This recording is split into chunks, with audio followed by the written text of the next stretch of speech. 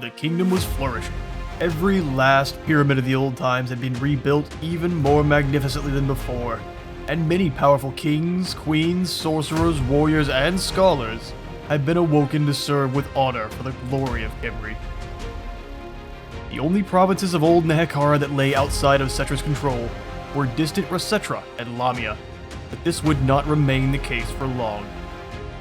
Settra would not be content with just reclaiming the lost lands of Khemri, however, and he has tasked the Vulture Lord Amenemhetem to assist in colonization efforts of the southern Badlands. After the destruction of the Beastman Herdstone, resettlement of the lands would take top priority. He would be allowed to return to sea once the province was under the full control of Khemri. While the Vulture grumbled about his task, in the south, Sehenesmet had received disturbing reports that the settlement of Yuatek had fallen to madness and chaos, and he was swiftly driving his constructs to purge this corruption, lest it spread this insanity to further lands. In the Badlands, Wakhaf's scouts had returned in a storm of sand and hooves. Skarbrand's horde of bloodthirsty savages somehow managed to move within a few miles of their current camp, and were closing distance fast. Orders were quickly given, and in mere minutes his force was ready, and moving with murderous purpose towards the war host of Khorne.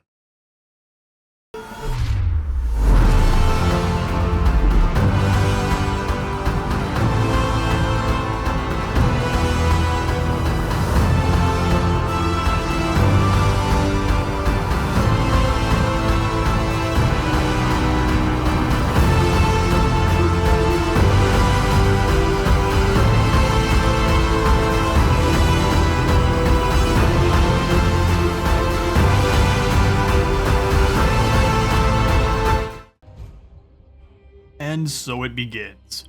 Let us go ahead and take this fight to Skarbrand. He has moved on us. I was sitting in between him and his reinforcing army here just to try to lure them outside. King Wakhaf is quite sneaky, and we're going to use all of our mobility to our advantage. So I have all of my... Ooh, hang on, that's not helpful. All of our chariot archers out front, including... or skeleton horse archers out front, including our Khepra riders there. So lots of arrows to try to harry any of their unarmored troops and shoot at Skarbrand as much as we're able. He is deployed off on the side here, fully hiding and waiting for his single unit to come in to assist him. So as I said previously, we're going to do as much damage as we can to his unarmored units with our arrows as we can. I also have a group of chariot archers off to the side, and then our main force being supported by Wakhaf and his horsemen. We will have to see how this battle plays out. We definitely want Apophis to be doing battle with either the Cultist or Skarbrand, but I'm going to kind of keep him back to start, since he is weak to magical attacks, and most of Khorne's army is now rocking magical attacks with the amount of upgrades he has been given. We do want to be quite wary. Some arrow fire going in, just weakening the enemy troops to start there. Not a lot of damage going in from those Khepra riders. I'm not so sure. I kind of need to do a bit more testing on them in a vacuum just to see exactly what kind of damage they're able to do if able to expend all of their ammo into like a single unit. They aren't the most exciting though, I can't lie. I was hoping to use our mobility to greatly reduce the potency of all of these teleportations of Khorne. Basically, they summon in some lads from the Hellscape and we avoid them. Basically refuse to fight and just move to where they're not. So our horse archers are going to move just around that and avoid these bloodletters at all costs. We may send Wakhaf in just to smack them around a little bit, since he will take very minimal damage on his giant war kitty. But we're just going to continue to plink away at them with arrows. Not a lot for Skarbrand's forces to do, but absorb pokies to the face. They've got all sorts of Chaos Hounds running around, but the second they charge in, I will then maneuver my chariots to blend up some Warhounds.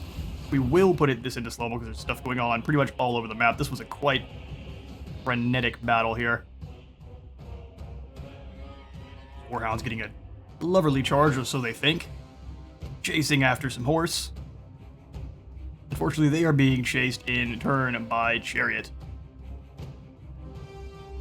Skarbrand's forces were having the flesh ripped off their bones by a scarab swarm.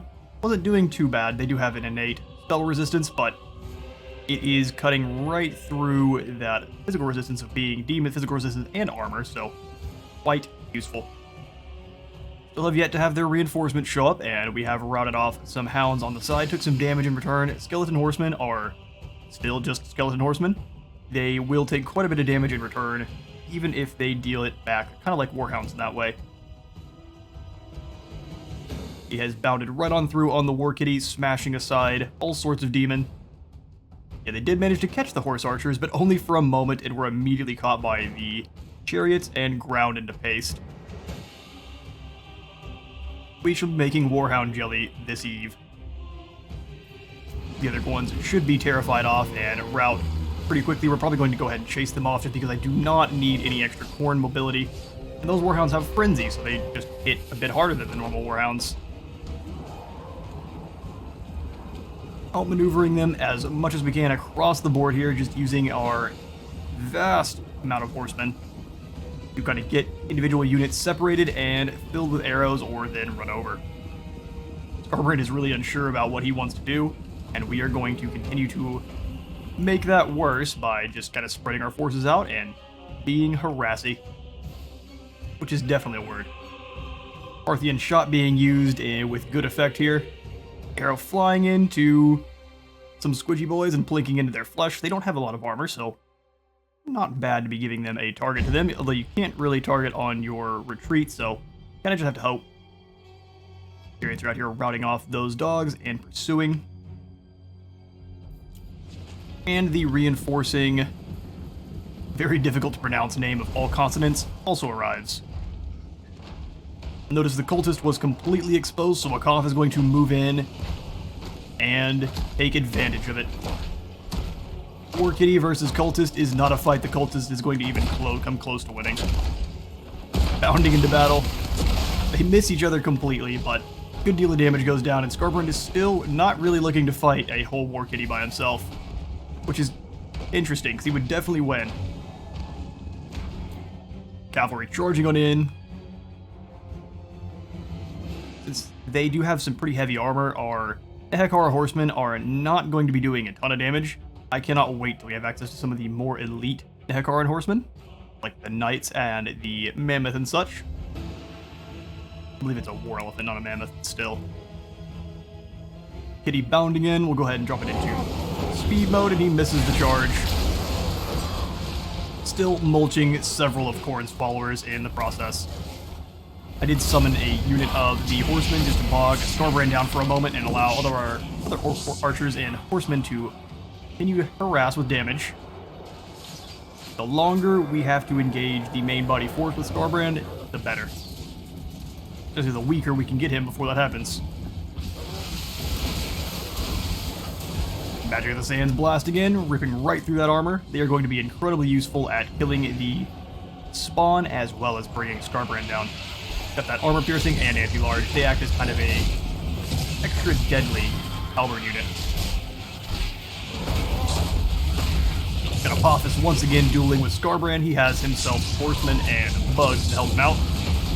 The Hateful One is bringing in some of his Chaos Warriors to help. That plate mail is going to be doing wonders against the little mighty claws of the Scarab Swarm there. They're not going to do much at all. Wakhaf is still dueling with the Cultist, blasting some of Joff's wrath all over there. And his Regiment of Renown Khorne unit has been engaged by 3 units of horsemen. We are going to beat this group down with sheer numbers because they are a deadly unit. Not as scary as the Black Brazen Throne Knights. Still quite deadly. We are very lucky we got them away from Starbrand because with his extra fire damage and their ability to weaken our forces to fire, he would have been just mulching through our units.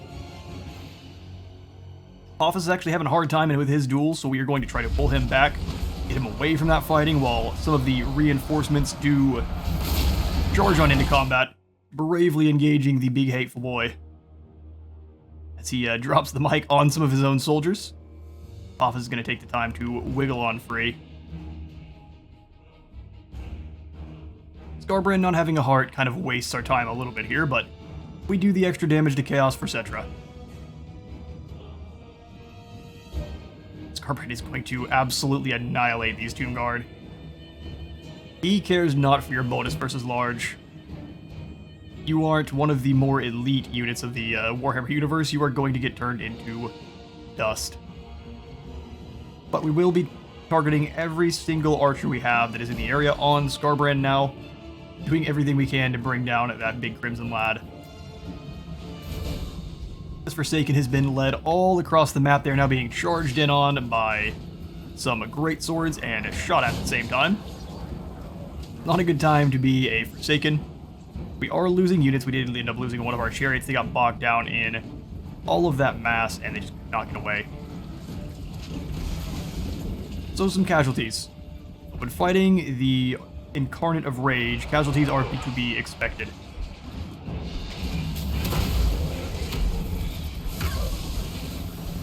Abilities flying on both sides.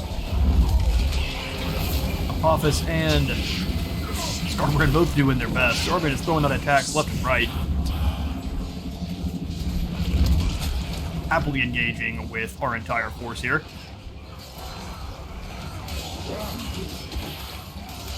Excellent battle of Tomb Guard versus Ornate Halberds. Neither one of these units is a joke. Both will fight as elite as they are. They do tower above our Tomb Guard. These guys are monsters. Our different archer units are kind of all spread out across the map, and Khorne's demon host of cavalry has fallen. Fizzled on away and removed back to Khorne's realm. We can get those horsemen moving on other targets. Wakhaf has chased off the cultist, and we're just going to continue to draw these units around. Shoot into the exposed flank there without their shield. Gotta use those shields to defend, otherwise they don't work quite properly.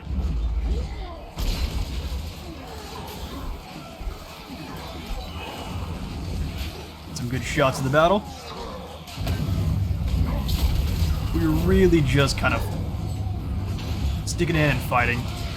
Not a lot really to do in terms of tactics, except for keep charging in on the weak exposed flanks and pulling out. And hitting the other spots where they're not paying attention. We've got some Ushabti coming on in since we have taken the prerequisite amount of damage. Gonna take them a moment to go ahead and be given their charge because they take a moment to spawn in. I do tend to move over to the other sides of the map while they are bringing themselves. A lovely pincer move here. Horde warriors trapped between 3 different units. Beetles, stalkers, and horsemen. They will not last long at all. Of course, a car decides to drive by at this very moment. Incarnate of Rage bringing back his vengeance even post-video. But his leadership breaks. His army has been outmaneuvered and slaughtered across this field. They've lost the will to fight. And with the last swing here, Scarbrand will soon fall. Those Tomb Guards still sticking in though, cutting him on the angles wherever they can. Brave lads.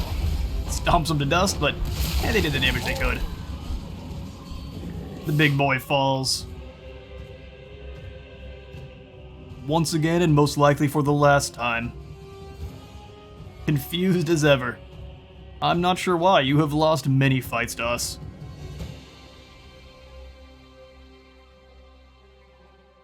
And have a really big tantrum before he leaves. And painfully vanquished. Raw. And victory. We shall chase down these Khornate dogs, but a marvelous win for Khemri.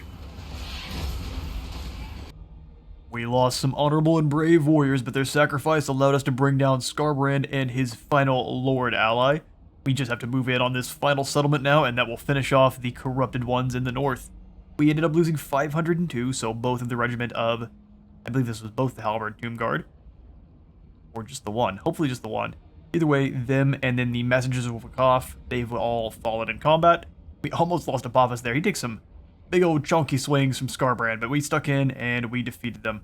We will go ahead and, since we've already more or less claimed victory, we will, I mean, we're being arrogant here, but let's go ahead and grab the Endless March. A king such as Xar's favorite deserved a crown to match, and fate would have it that Wakhafs had been stolen centuries earlier by a horde of greenskins raiding before the Time of Awakening. The war boss of these orcs claimed the crown as his new shiny at, and wore it proudly until his inevitable backstabbing a few days later. How his magnificent crown came to be in Scarbrand's possession is a mystery. With his symbol of power finally restored, Wakhaf would fight even more fiercely to expand Khemri's borders. And after defeating Scarbrand once more, we have picked up the Crown of Wakhaf. Some interesting abilities there. We have 25 extra diplomatic relations with Tomb Kings, 7 additional recruit rank for the Lord's army, causing terror, and then the Bow Before My Might ability, giving him a chance, or not a chance, but the ability to drop leadership by 30 in a 30-meter radius.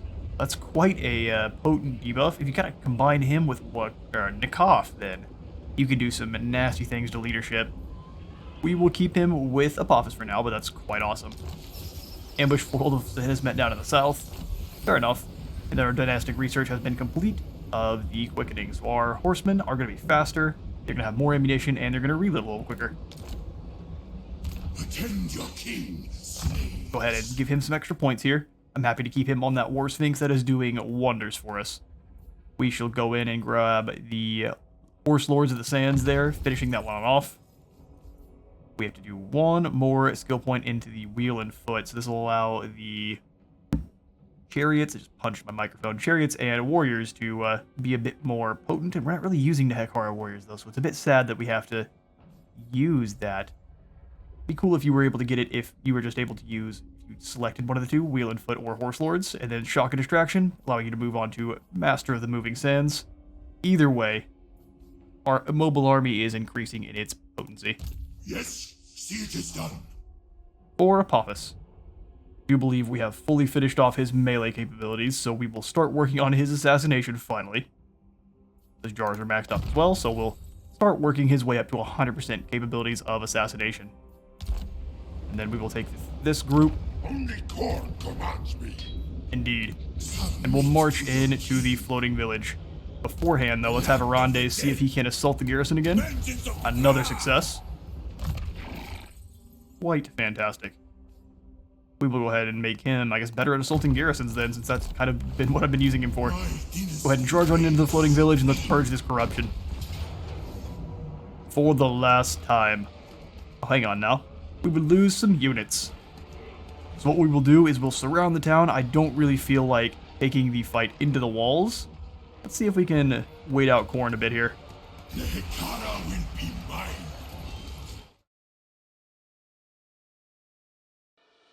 The winds of magic had been blowing at a rate unfitting of the Great King for some time now, and while surveying what would soon be his kingdom, Settra spent time drawing on the winds.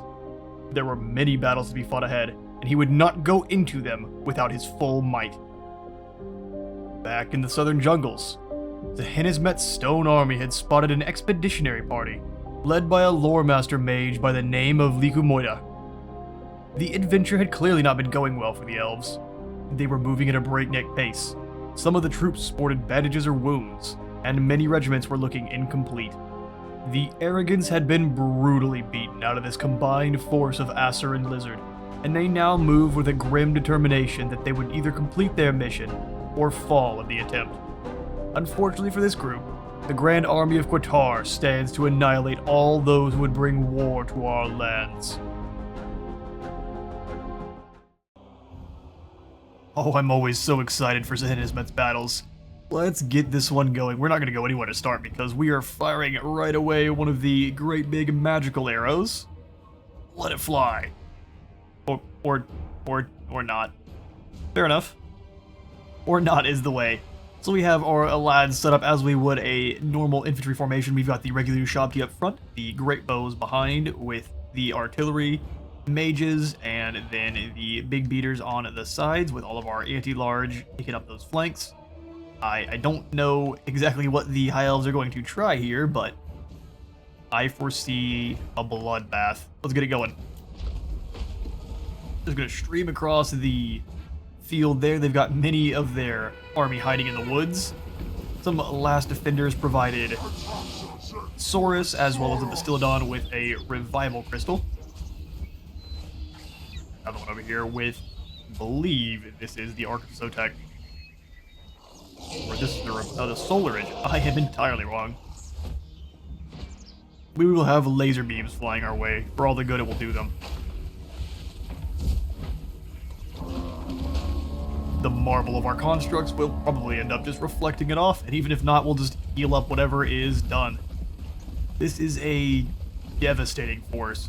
I would almost kind of like to have a faction fully dedicated to constructs, like with Sehenesmet as the Lord, starting in Qatar. Would be really cool. Because what do you honestly do against this? With all of the healing and armor, you die. We had some flesh-eating tomb swarm going in on the Saurus just to weaken one of their more powerful units as much as we could. I would consider them more potent than most of the rest of the High Elf force. Silver and Guard are mostly a defense line. We're going to continue to move. We're not going to allow them to have the high ground in those forests. We would lose all of our fighting potential, so we're going to continue to move out into the open, while my more sneaky units kind of make their move to suppress any large units coming out of the forest there. You have the dragon and the eagle up at the top, so we do have to be worried about them potentially. The Archmage of Beasts is probably one of the better ones that we could hope for to be fighting against.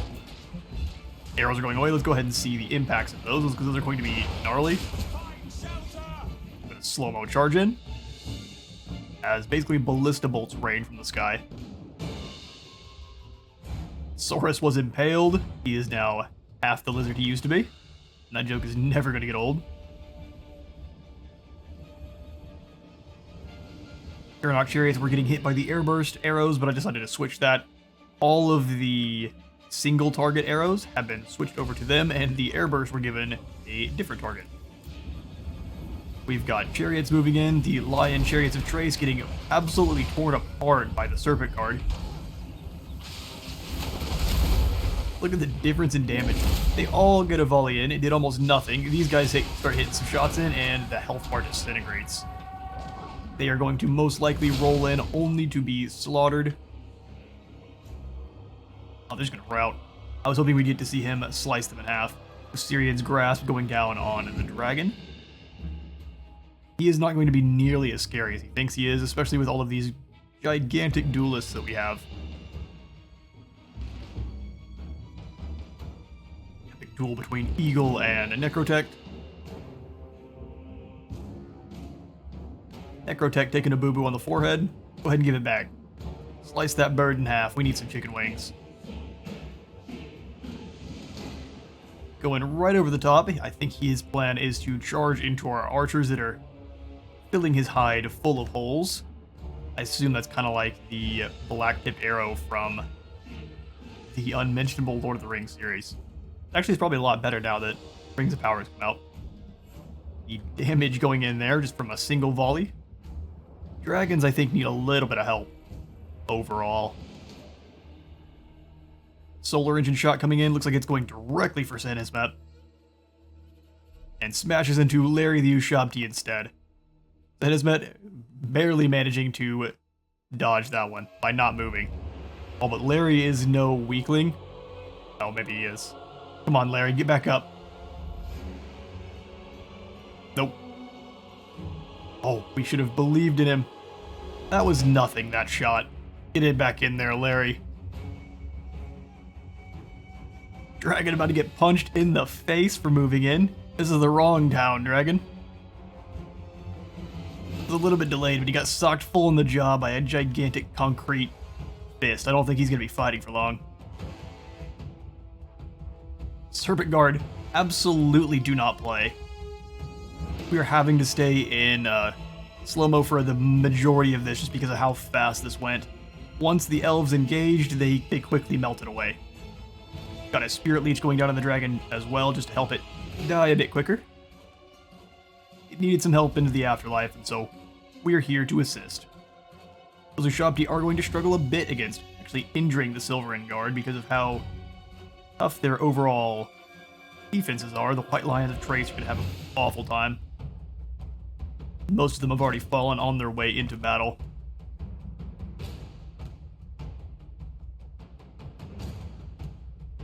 The old question of which is tougher, the Saurus or the Ushabti? I'll let you answer that one.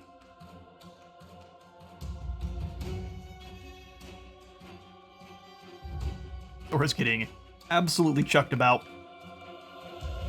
All of the big boys are engaging into combat as well. A Bastiladon is bounding in. Look how happy he looks. None of the skinks on his back are happy. They're trying to get him to go the other way. He's going to smash right into Sehenesmet's knees and get stomped on. A Sandstorm going down, which basically does next to no damage to the Gaze of Jaffa. You can just drop it pretty much in on any unit that's surrounded by infantry and clear that up nicely. Dragon is about to rout. Put things back into normal speed just so we can actually see some fighting. Probably back over in the fighting, yeah? Pyro Titan, we didn't get to see him, but he did blast a couple spells on over to the other Bastiladon that's off in the back there. And the Archmage has been casting enough spells. Time for her to die. She gets jumped by pretty much everyone that's left. We'll slow things back down, and pretty much the Asur are broken. All of their Saurus allies have been destroyed. They are running for their lives. The dragon's not coming back anytime soon. We're going to make sure he is killed before it retreats. And it looks like the High Elves have been shattered.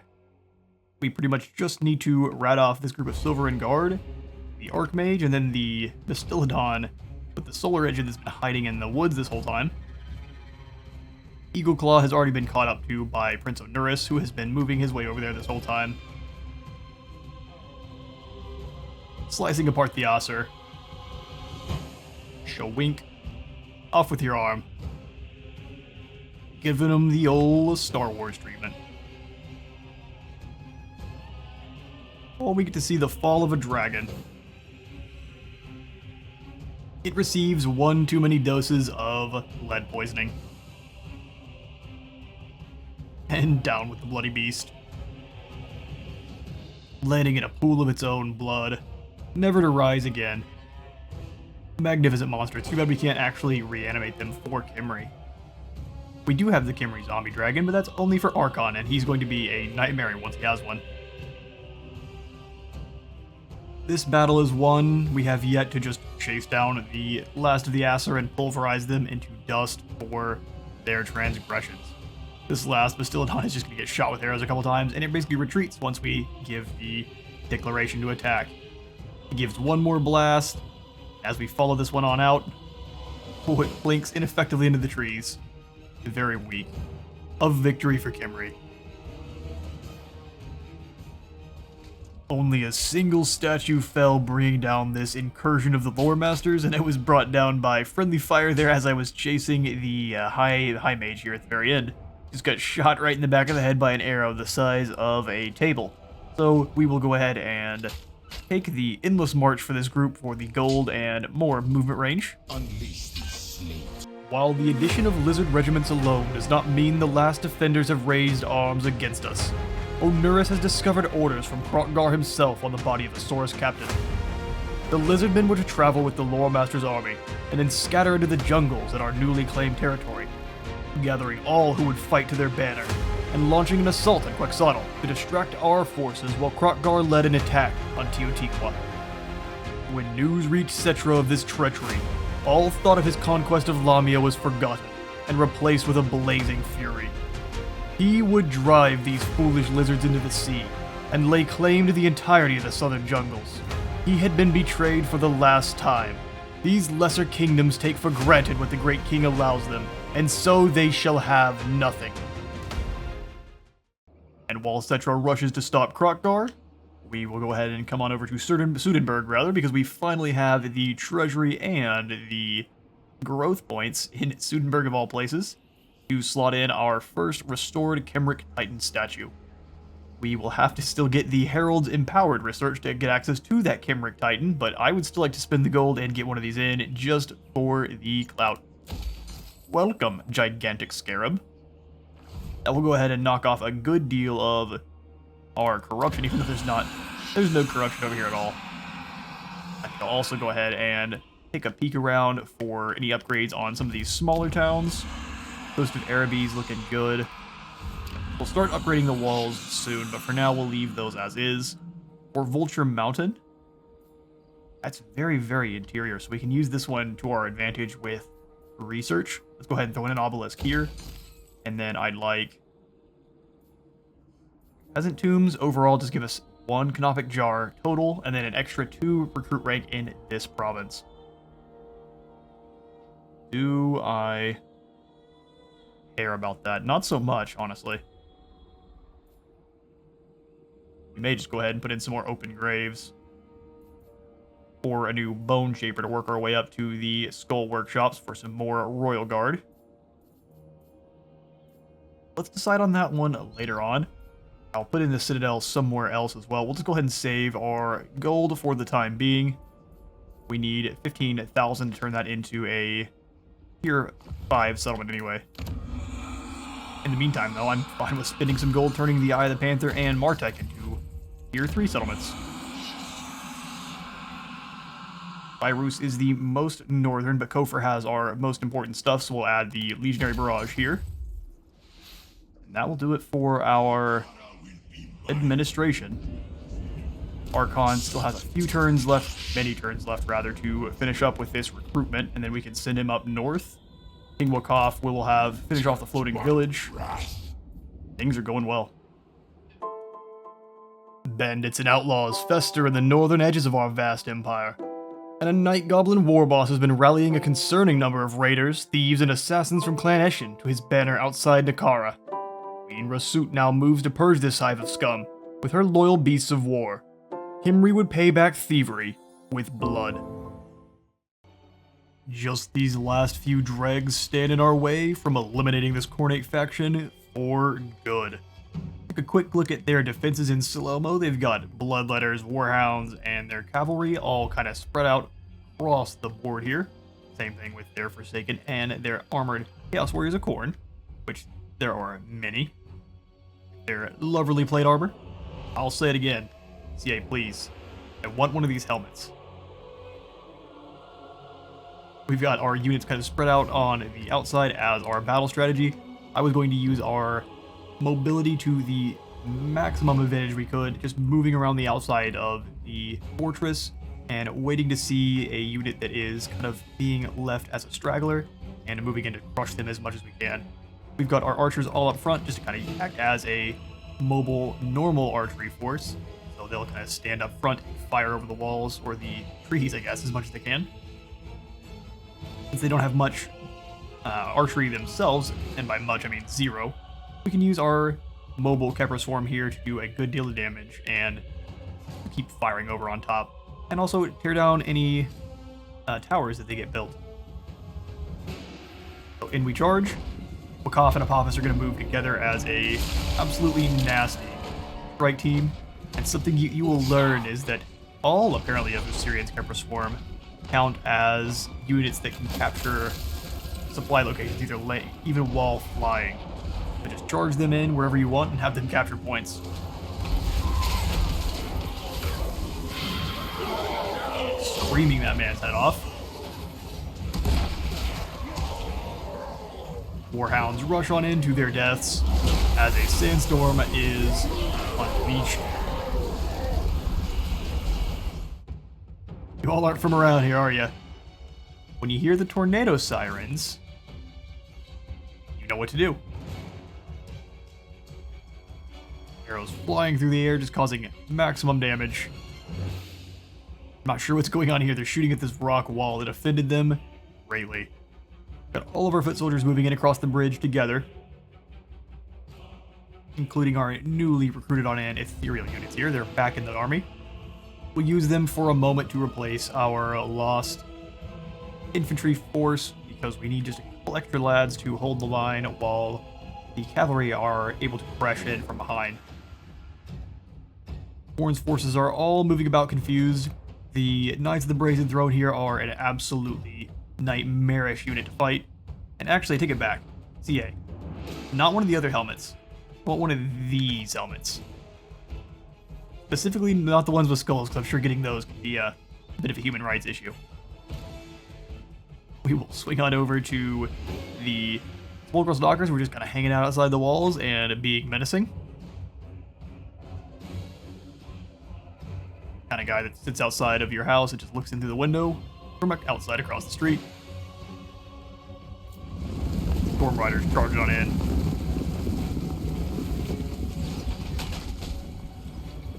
Just using our mobility to do as much as we can to capture points and keep their attentions distracted and all over the map. Hyper Swarm are ripping apart the tower. Look how much damage that is. They are so good at tearing the towers down. That is what I've used them for the most part, is basically a mobile termite swarm. Knights of the Brazen Throne charge on in.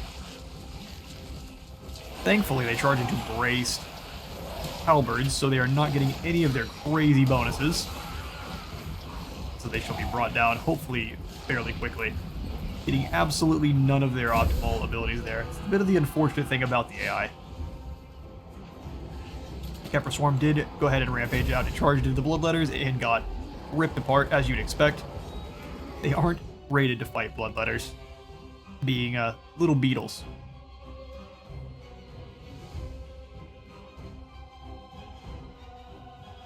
Flattening his way through all of these armored Chaos Warriors, they are going to find that their armor means nothing to a 40-ton concrete cat. I've got Office turned into Scarab Swarms himself just to move up top and try to chase down their cultist of Khorne there, who's doing everything he can to avoid death. He wants to continue practicing his cult. Cavalry in a fight they really don't like, mirroring the Battle of Winterfell. Just charge headlong into a sword wall. It'll be fine. Of unfeeling monsters. Whole bunch of Khorne's warriors are engaged over on this flank now. I just want to stay over here because of the Knights of the Brazen Throne.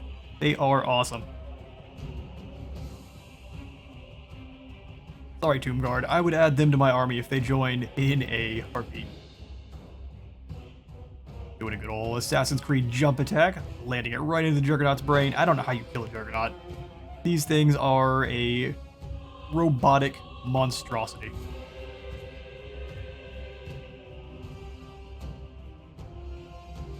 We have our Stalkers moving on in to try to get some free shots into these moving Bloodletters there, as the Warhounds continue to do their best to charge into chariots and get run over. Very good at getting run over by cars, these hounds. We'll leave him here quickly to claim the point before moving on. And Wakhaf is going to continue to one-man army several units of Khorne's finest with little effort. Him and his war kitty Nero.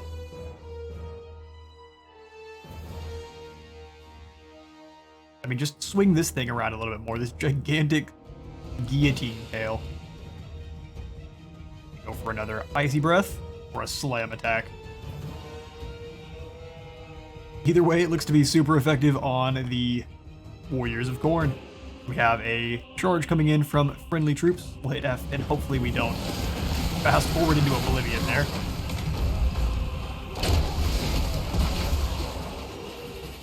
He's got a bloody mess going.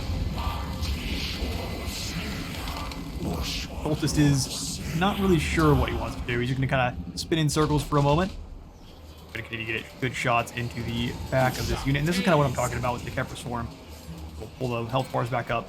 They're getting to fire him completely uninterrupted into the backs of two units. And the health bars are doing nothing. Khorne's units are a little bit more chunky than most, but that is being shot in the back by, with pretty much, let's see how much armor they've got total. 30 armor.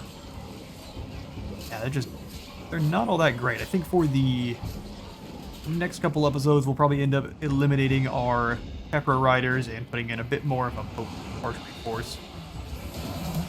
Someone that aligns a bit more with Wakhaf's forces.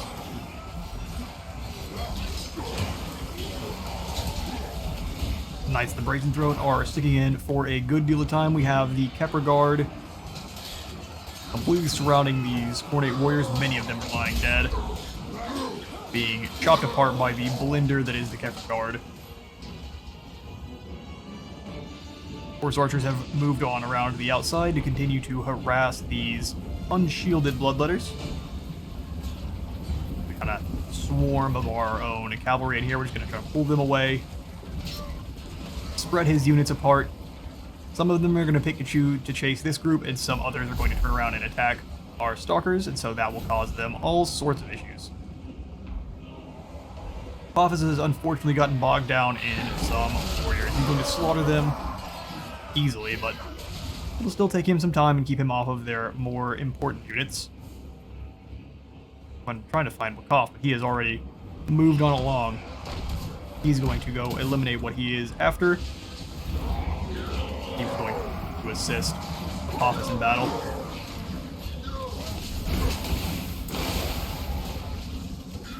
And a rain of arrows.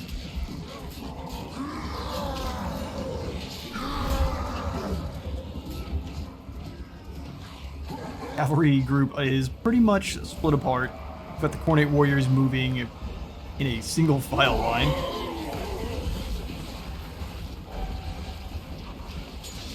Surrounded by our best horseman. He's going to deal a lot of damage back, but being completely surrounded negates his melee defense entirely. We have more bloodletters being charged down by a rampaging force of cavalry. Another summon of letters comes on in from Khorne's realm, and we're going to pull most of our archers away. A very good summon for him. He's able to corner my sepulchral stalkers between two armor-piercing heavy damage dealer units and probably get a good bit more damage than he was able to normally. That's gonna hurt. From the north, Wakhaf and Apophis have routed off many of the units, and the Knights of the Brazen Throne have finally been weakened to a point where they are ready to retreat. And these Khorne warriors have about given it their all. As many of them continue to fall, their health pools just are, they have a limit, and they're starting to run out. This group breaks and runs. The flank is crumpled. Many of the demons are phasing on away. Their leadership no more. Binding failing. They attack him, but he cares absolutely zero. Battering them aside like leaves. The enemy break. The last to fall shall be the demons, and we will purge the town and the last of Khorne's corruption here in the Southlands.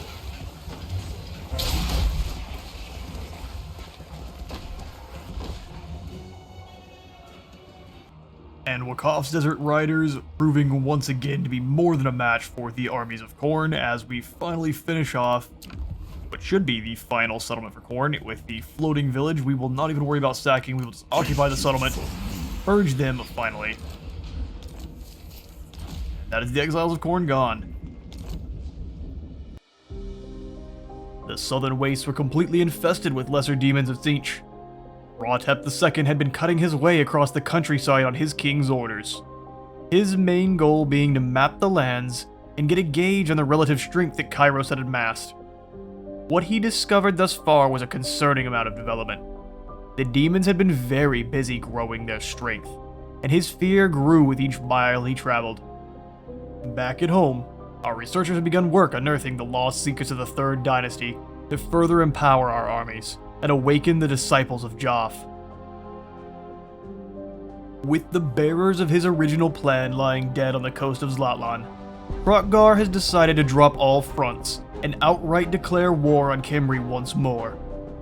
Settra will not make the mistake of allowing a single survivor. It is time for the last defenders to be crushed underfoot. While Settra drives his chariot host onward to vengeance, King Amenemhet leads a speedy colonization effort of the southern Badlands. The corruption of chaos runs deep in the region, And so the Vulture's Corsair play the role of protecting the laborers as they travel the vast distances across open wastes. Colonization was a boring task, however, one he would complete with haste, as to get back to the open seas. In his typical hasty impatience, the second his horsemen were ready to move, Wakhaf set out to conquer Morgheim and bring this province fully under the control of Khemri. Meanwhile, in the southern jungles, Sehenesmet's stone wall moved back north to our own borders to prepare for the next would-be trespassers.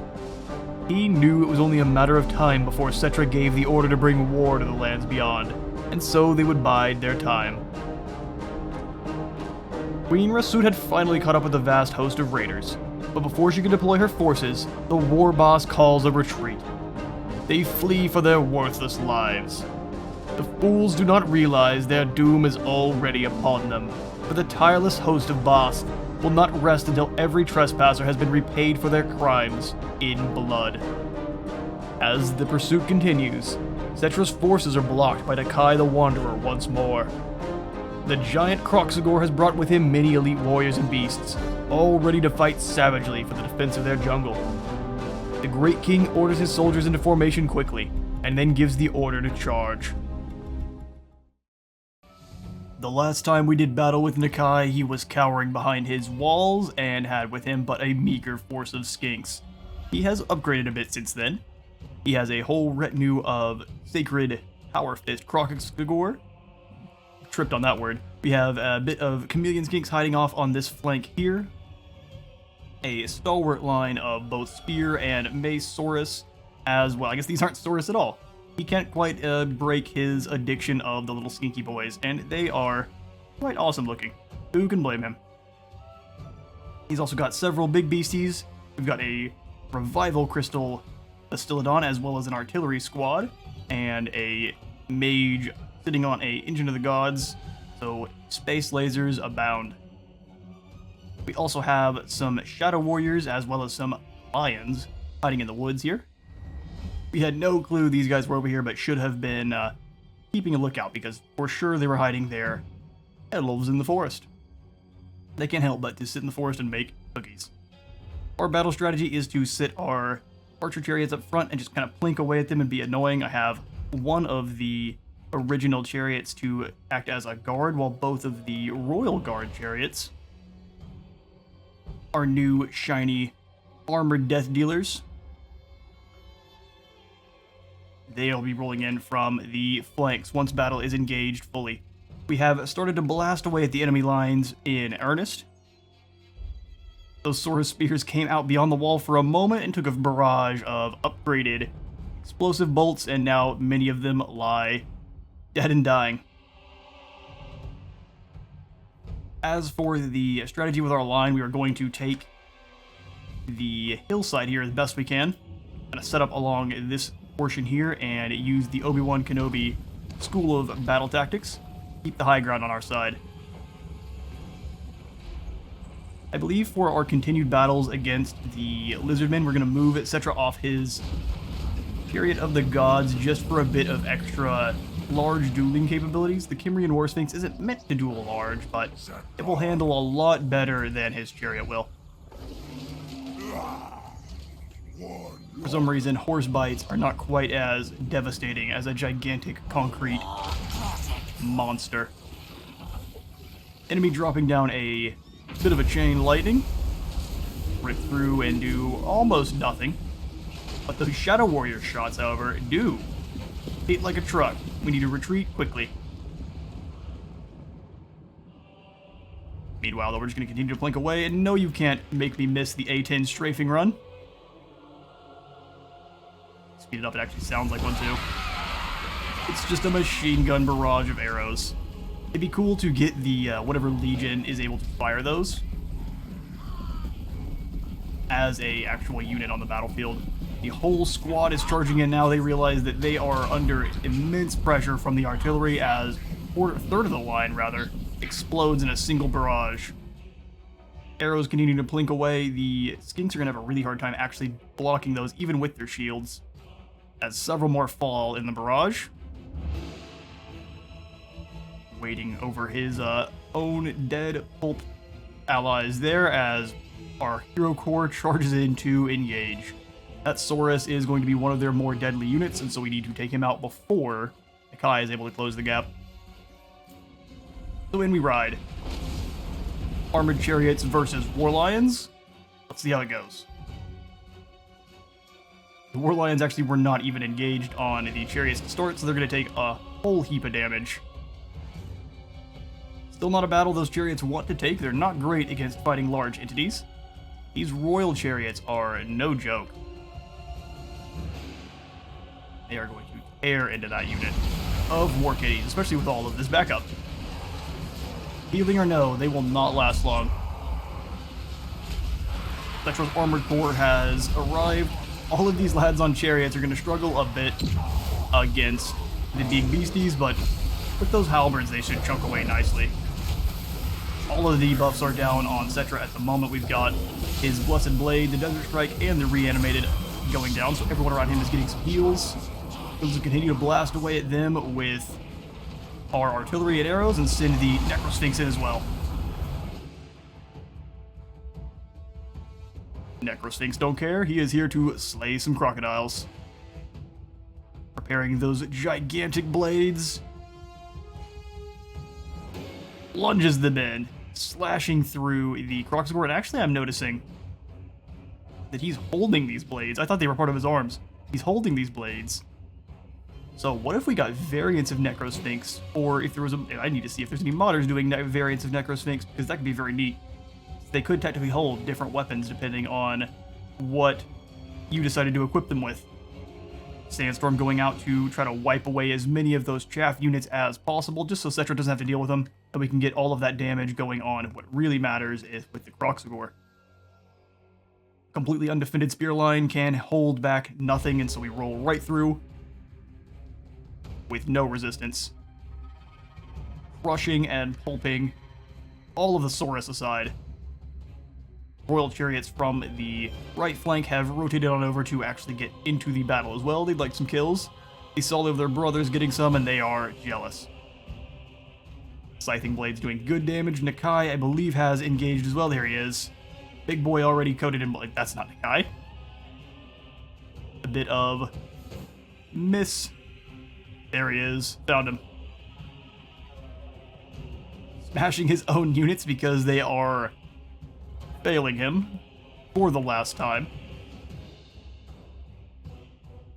And we've got our chariots bogged down with a good deal of their units. We need to get them out of there quickly. Those Kroxigor are mean to chariots. And away they pull, directly into the unguarded line of Shadow Warriors, who learn they are not resistant to chariot charges. The Ever Queen indeed. She's disappointed in your lack of battle tactics. Our front line has finally caught up to the lads, and in they charge. For Khemri.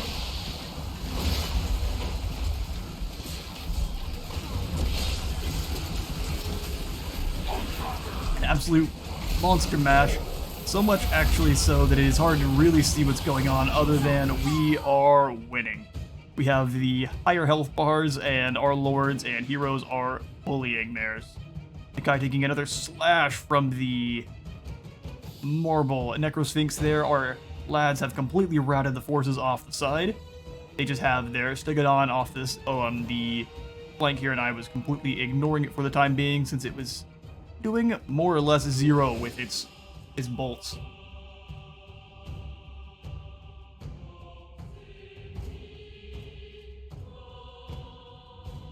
Kroxigor fighting as absolute hard as they can. See if they're able to hold out. These Saurus spears just getting winged by the artillery barrage. Managing to stave or at least dodge it a wee bit there.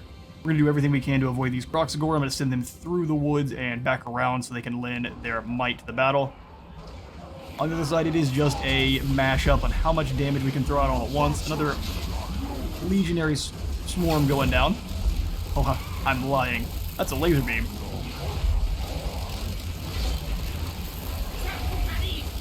Gnarly.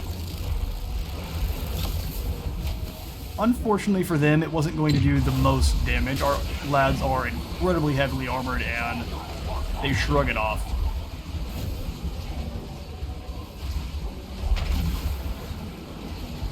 By last-ditch fireball blasting up at our Casket of Souls, and it falls short. Just like the rest of their goal of this battle. Nakai is 1v1ing our Necrosphinx. Takes a bite. Probably loses a few teeth. And, yeah, no, he definitely lost a few teeth because now he turns and runs. Only to continue to get swiped out. And is the big lizard going to be able to escape? The answer is no. Doesn't matter if you bring Kroxigor or Skinks, we will still bring you down. The rest of the army breaks and runs for the hills, but we will hunt as many of them down as we can. Most lie in a pool of their own blood already. We shall be resurrecting them soon to act as laborers. There is no escape. And we managed to bring down the ancient lizard once more, and he's actually fielding quite a bit more feisty army, so I was happy to destroy it. We took 61 casualties ourselves to their 937, to our 1,000 gain treasury and 18 canopic jars, so good business there. We'll go ahead and bind souls to continue our momentum. Seek and destroy, gaining even more relations with the Court of Labaris, who we shall soon be at war with. We shall move on down to finish off this army because we can have no interlopers. Crush them. And then we'll grab the Endless March to gain ourselves some more movement range for the next turn. Almost gained ourselves enough to actually move on Kroxigor in this town. So let's see if we can go into an ambush stance and move to just about to the bridge. Settra is actually getting much better at ambushing, so we may have a chance. Plus, catching him in the ambush would be entirely the end.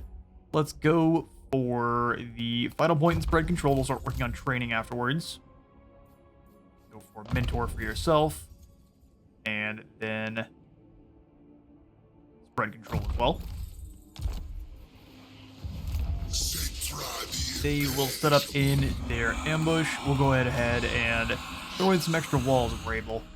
Over here at Sudenburg, can't quite afford, so we'll go ahead and save the cash. Because we need it to colonize Stormhenge. Get this nasty, undivided chaos corruption out of here. Colonize the settlement right on up, and start building that new set of crypts. Southern Badlands is under our control now. We can start the worship of Traw to start the slow buildup of growth. And we can get Amenemhetem back out to the seas and possibly over here at war with the Dawi. I think we need to settle a couple of our current issues first. We'll have to see what we have to own to get this book of Nagash here. It's an army. Or is it just occupy Skaven Blight? Ooh, that's a little spooky. So we occupy Carrick 8 Peaks, Skaven Blight, Lamia. None of the armies are nearby, sadly. As for the defenders of Morgheim, we shall waste no time in charging directly on in there. I may go ahead and continue the siege just for now and see if I can't add the prince that's nearby into our army. Swing on over here and... oh, never mind. I tried to assassinate the fish, the Stump Crusher. Didn't work out so well.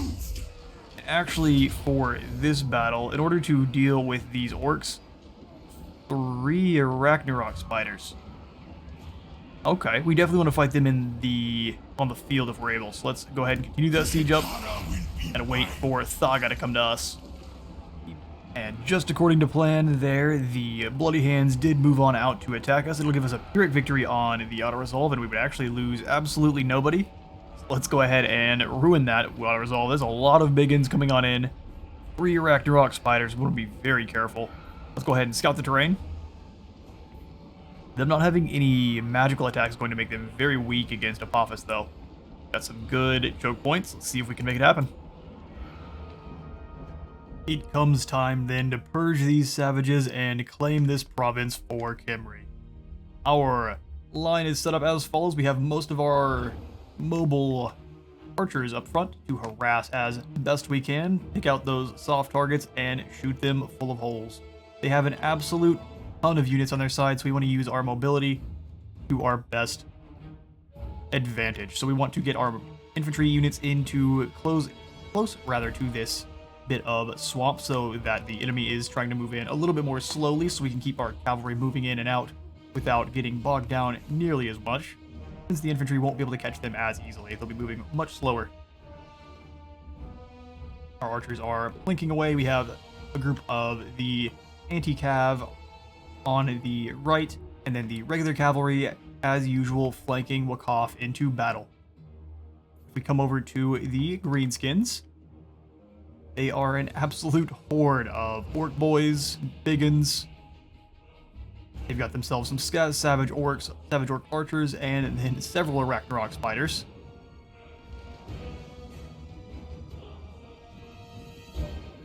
Several monstrous spiders to deal with, and then they've got some rock lobbers to top it all off.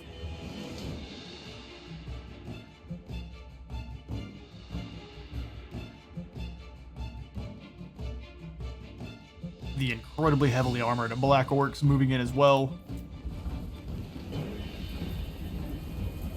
Orc boar boys have broken away from the line, eager to engage. Those biggins will do an absolute ton of damage if they actually manage to catch our cavalry, so we're going to charge Apophis in to stop them and continue to fire away with the arrows, and then once Apophis has engaged, the others are able to safely charge in and surround, routing them off in short order. Wakhaf has jumped right on the Night Goblin war boss, scaring him away with a single swipe. Wakhaf is a terrifying individual. And I think with this battle we are going to see the final straw and the nail of the coffin for using our pepper riders. They just don't do enough damage. And almost none of its armor piercing, so they are a very weak unit. A Ragnarok spider charging into a unit it really doesn't want to be fighting. Well, it is infantry. It's an infantry that will be absorbing a lot of that damage as they get shot away at by the stalkers. We're definitely going to have to jump into a bit of slow-mo here. There's a lot going on all over the place. A ton of orcs, all of them angry. Absolute horde of orc boys and biggins all at once. As well as some trolls thrown in. We want to keep our cavalry well back. Just kind of drawing them around and filling them full of arrows. Nice little orcish pincushions. The charge comes down from the side of the hill there, smashing into a few. Those are biggins. We're going to want them out of that fight as fast as we can. We've got an Ragnarok chasing a group of cavalry around on the outskirts. It's not actually going to be fast enough to catch them if we're able to pull them away, so we want to get them out of that fight pretty quickly. Oh, and these poor night goblins. They were so young. And they were destroyed.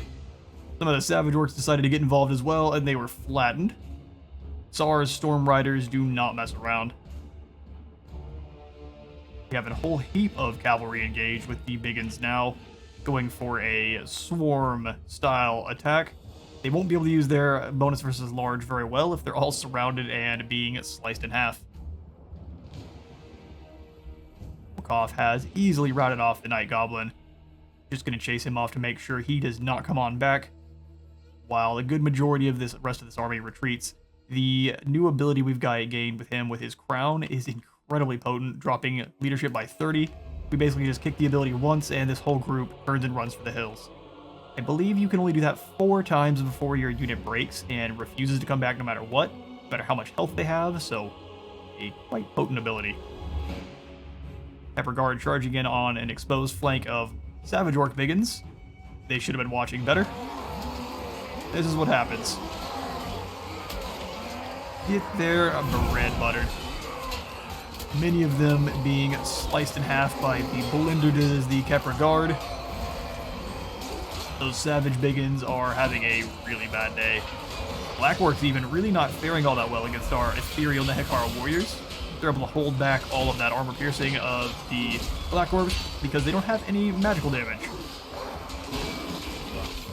Even though technically a far superior unit, we were able to hold our own just fine and allow the Khemri Guard to surround and eventually destroy that group of Black Orcs. on the other side of the map. Our mobility is definitely playing a huge part in our win. Chariots are able to smash in on an exposed flank. We missed one of those beautiful charges, but Apophis destroys a unit that was fighting, or at least retreating over to engage one of his other Storm Riders, trying to bog them down. He has been doing battle with a giant spider this whole time, taking lots of arrows to the face. He used to be an adventurer, like you. Koff has found himself some black orcs to pulverize, as this unit is met by a thunderous period charge. Want to try to catch it right on time. And they'll ride on in and slice through. 3 units of orcs. We'll take a look at the health once that's over. All of them routed, and their health has been halved effectively from a single charge. They're going to continue that charge right on over into the black orcs. Lack of armor piercing is going to do a bit of effect, but the leadership damage was done, and they break. Ragnarok Spider is entirely confused on who he's supposed to be fighting. And another summon of horsemen appear from the mists. Wakhaf gives the whistle, and they ride.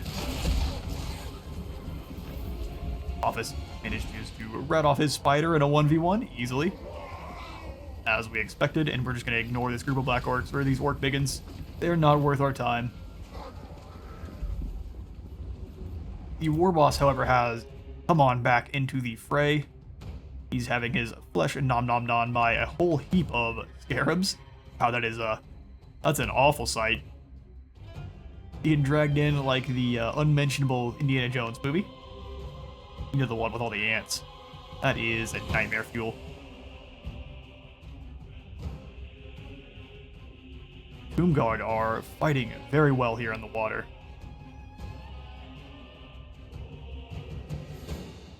Doom Marines.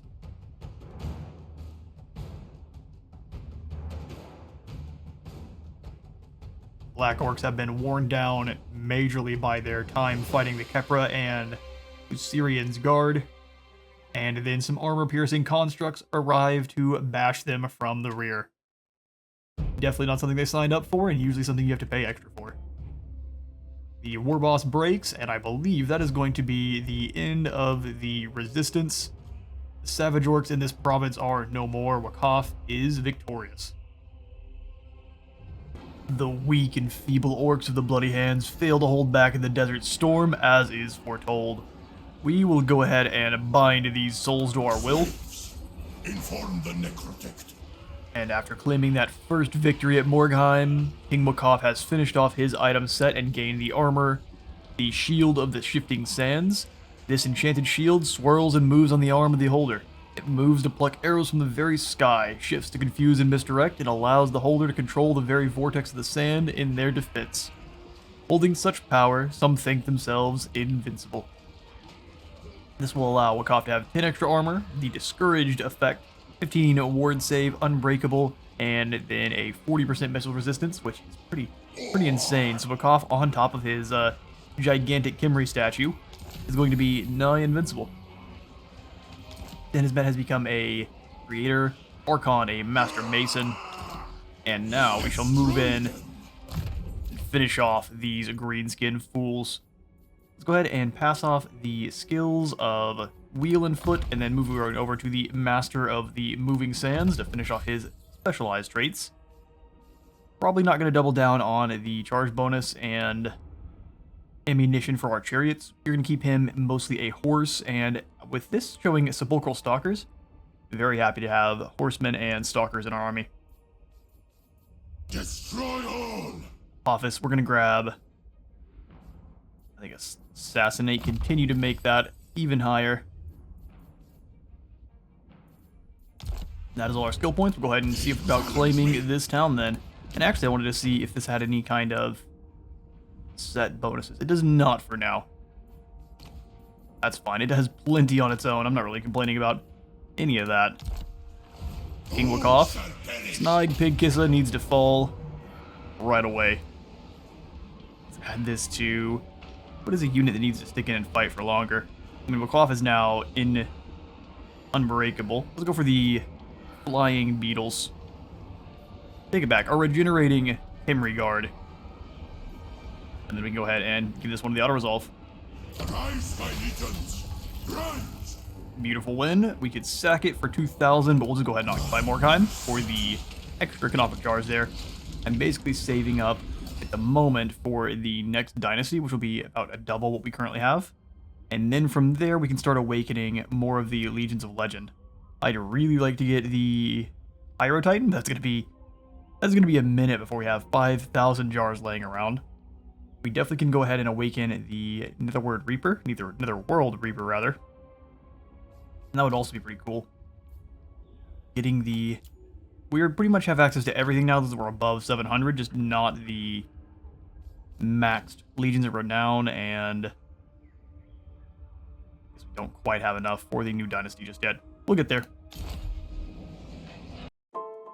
The once High Priestess of Basth fights with all of the furiosity of the greatest of Ushabti, and is able to imbue some of that power into those under her command, allowing them to move with speeds previously impossible.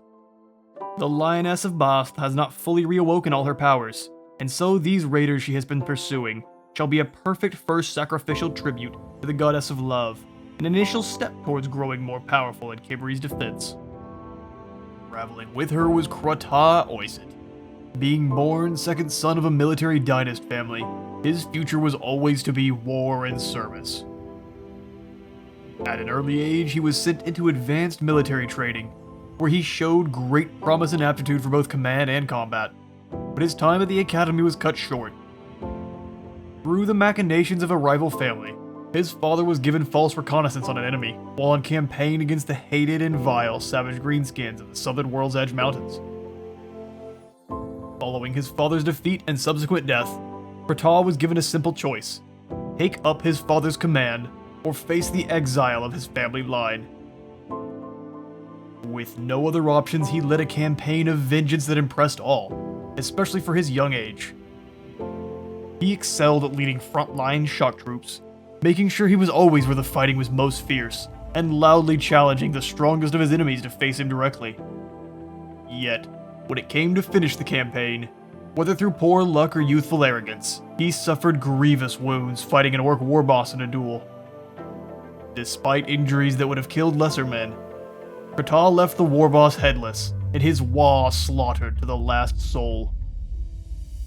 He knew he would never again be able to fight in battles, his body broken from his campaign of vengeance, and instead of wasting away, he requested one thing of the mortuary cult.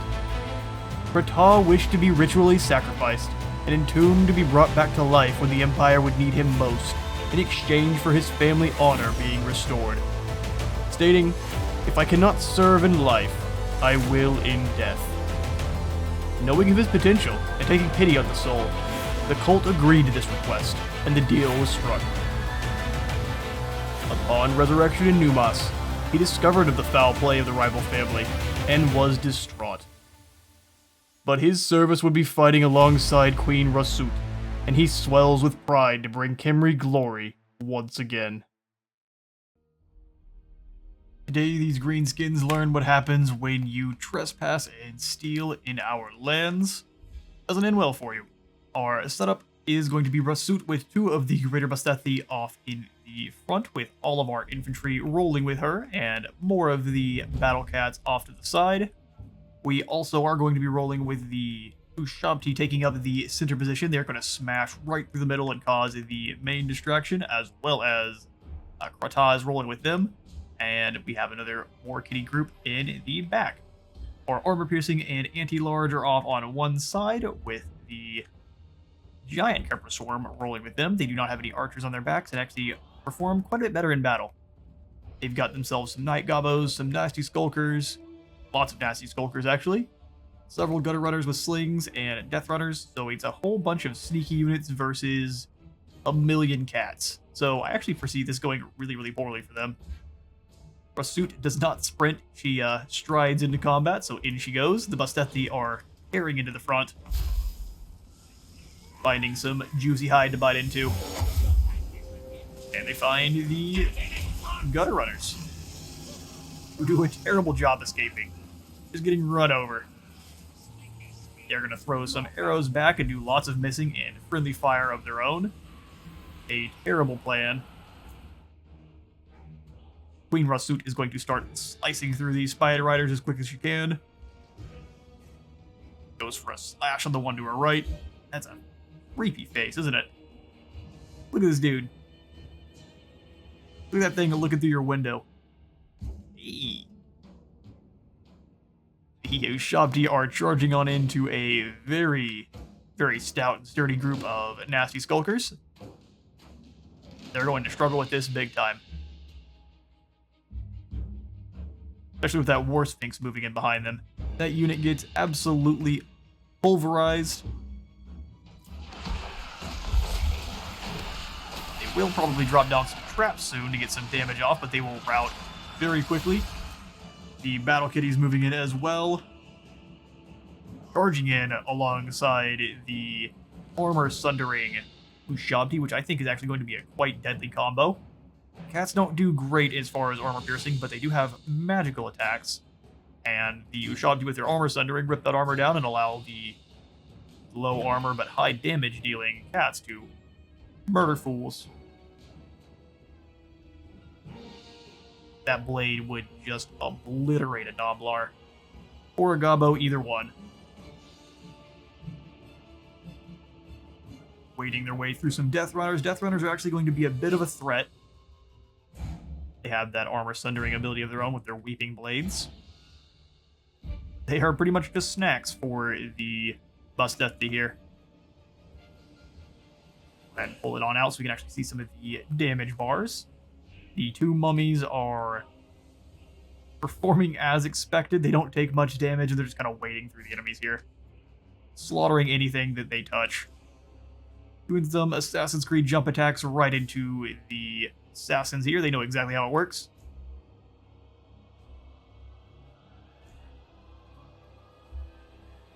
Devastating slash goes down. I think everyone managed to dodge that one. Up here on the north, we had some Basth that actually took some major damage from this group of Night Goblins. They tossed out some of their fanatics. They did a little spin attack, and I didn't catch it in time, and they just kind of ripped through those cats, so they needed to pull away for a moment just to regain some health. But already you can see most of the Rats and Gobbo team is already running for the hills. They're mostly terrified. Battle Kitties and Ushabti would do that to you. Keep things on up normal. Got some Death Runners dueling battle with our Armor Sundering Ushabti, so really not a fight they want to take, but they are still cutting through rat flesh.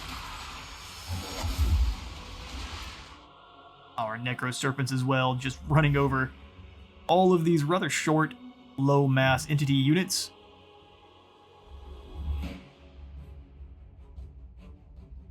This is a slaughter. The cat horde chasing down these Spider Riders that are attempting to escape. Little do they know that there is no escape. Only the void. However, our Basth are going to be slowed down by the water, being as they are slow units, or small units. I'll catch them eventually. I'd rather not miss the rest of the battle here, but this is going to be quite the slaughter. Gobbos continue to talk smack, but once they get caught, that'll be the end. It's with the cheetahs chasing the 8-legged gazelle. And here we see the Basth in their natural habitat. Became like a weird British Joker there instead of what it meant to be.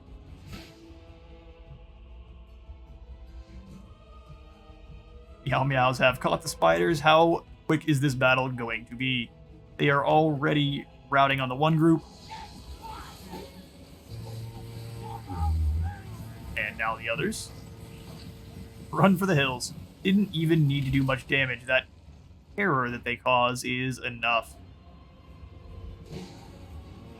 Rasut is going to cause all of the havoc on the low leadership armies. So she's going to be fantastic at rooting out the Skaven. Which would make sense. As cliche as that would be. We absolutely annihilated this army. It was really hard to get much of the combat in on this one, but these nasty Gobbos run for the hills. As we expected. Stuff Snatchers meet with Rasut's Fury and are completely obliterated. We ended up losing 12 in that fight, which is not bad at all. I will have her go ahead and gather us a bit more gold.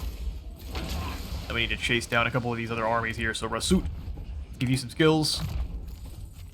If you would, let's go ahead and give you some magic. You've got an interesting suite of spells there. Let's go for Wyson's Wild Form and the Restless Dead, just to get heals every time we pop a spell. For Krahta, we shall go ahead and give him Wound Maker. Make him a bit stronger in combat. He's at 441 with that anti-infantry. Then we'll take Rasut here, take her out of channeling stance, and just charge down Nasha. Ah, we can't quite reach. Sad day. Then back into channeling, so we gain the free Magiques, and let's see what Drak and Nasha try. Hopefully they just choose to charge into our lines with no plan. Galbaraz, we definitely want to go ahead and throw in at least a Charnel Plaza. We have growth going in from the other buildings, so Charnel Plaza to increase the overall movement range in the area. And we'll upgrade Galbaraz as well. Gronti, we will definitely upgrade the Tower of Bone here. And grab a Minimum Headum. Claimed all of this.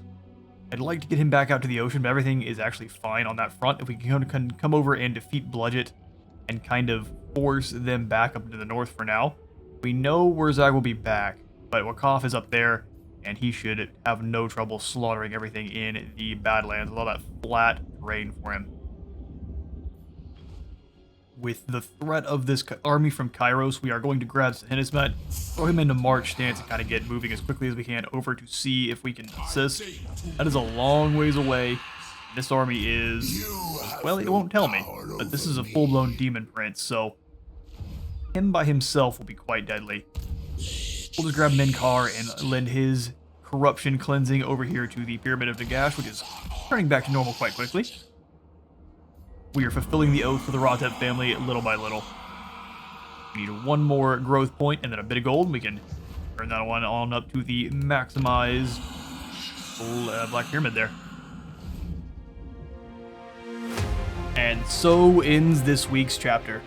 Settra's forces march, fury in their hearts, towards Sotek's trail. Kroxigor had brought extinction on himself, and they would gladly deliver death to these arrogant lizards in the Great King's name. But I am out of time for today. I have been Space Wizard Total War. Hope you all enjoyed part 12 of my Settra narrative campaign. If you all have any tips, tactics, or unit name suggestions, take to the comments and let's start a discussion. Remember to leave a like for the Light God and a sub for the Sub Throne, and I will see you on the next one.